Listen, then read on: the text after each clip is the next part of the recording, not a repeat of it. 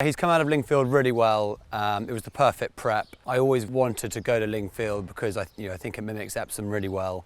The ground was quite quick, but he came out of it great. He handled the conditions really well, and we've just had plenty of time to freshen him up and get weight back on him, and yeah, he's ready to go. We've always thought he's a very nice horse. He only does what he's asked to do at home. He's not the most flashy workhorse, but he was very impressive at Newcastle, and that was solid form. So we knew that he was a horse who was going to turn it on the track. And he's just one of those horses who's got everything in terms of he relaxes, he stays, he travels, and like all those good horses, they've got to be able to quicken off a high tempo, which he proved really well.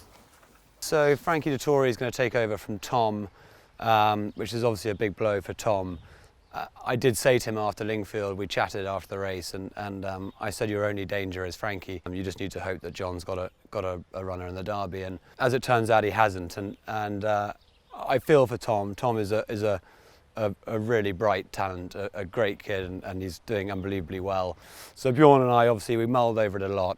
Bjorn's got the connection with Frankie through Stradivarius, and they're good friends. And like I said to Tom when I told him, I said in 5-10 years time, I'll be mobbed for taking you off the Derby favourite when you've been multiple champion jockeys. It's just, yeah, it's bad luck for Tom because he was only ever going to get jocked off for one man, and he happens to be free. It's a real honour to have Frankie riding him. There's always been a bit of a buzz through this winter, coming into spring, and then we were obviously very frustrated not to get going, as everybody was.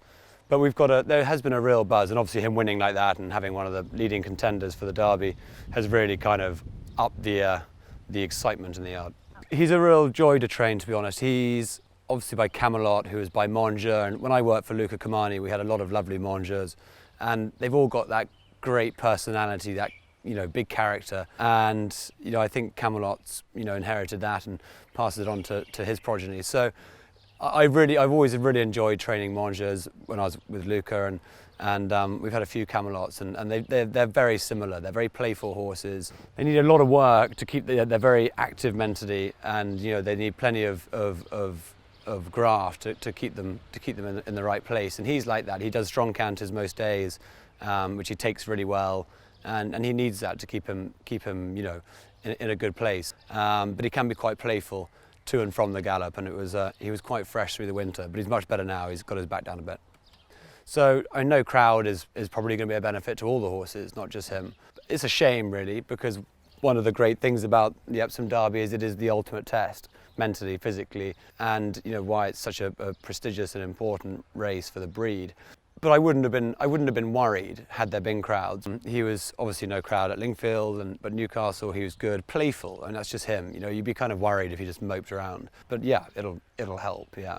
But it'll help all the horses in the race. So, and with regards to the track, well, he handled Lingfield pretty well. I think he'd have learnt a lot.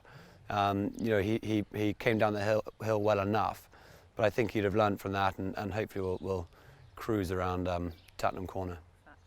And yeah, for Epsom, for the Derby, the Derby not to be run at Epsom would be, verging on shocking, really, because it is, as I said, it's a massive test. It's, Epsom is a real challenge. Horses have got to be well balanced. They've got to stay. They've got to cope with the prelims, and which again we obviously won't be the same as normal. But it wouldn't quite be the Derby if it wasn't at Epsom.